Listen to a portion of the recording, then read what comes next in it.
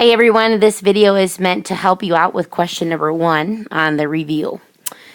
So if you notice, this equation is written in what's called slope-intercept form, and the reason we're calling it slope-intercept form is pretty simple. Oh, that's not what I wanted. We want the pen tool. There we go. Alright, so slope-intercept form basically means we have a slope. And if you remember from our input-output function machines, the slope is always what's multiplied by the x, or the input, and then the part that's added or subtracted is our y-intercept. Alright, and in this case, since the numbers are pretty small, we can pretty much just scale by 1. So I'm going to zoom in just a little bit here.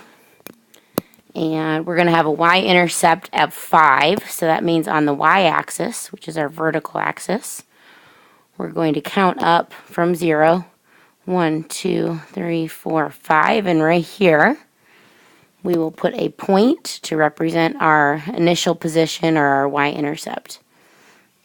Okay, and then since we have our slope written as a fraction, we can think of that as down 2, run 3.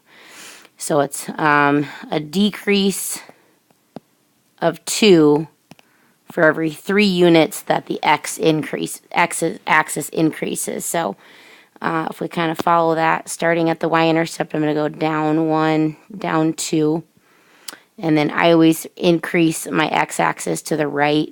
In other words, I do the run to the right, and that should put a point right here. So we'll get that tool.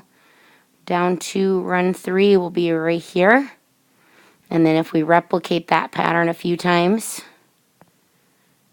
I'm even going to go the other direction, so up 2 and back 3.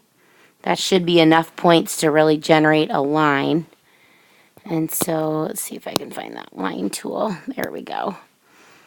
And I'm just going to create a line.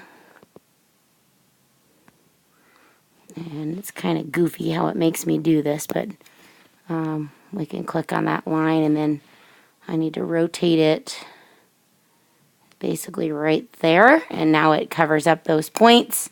Has a y-intercept of 5 and a slope of -2/3.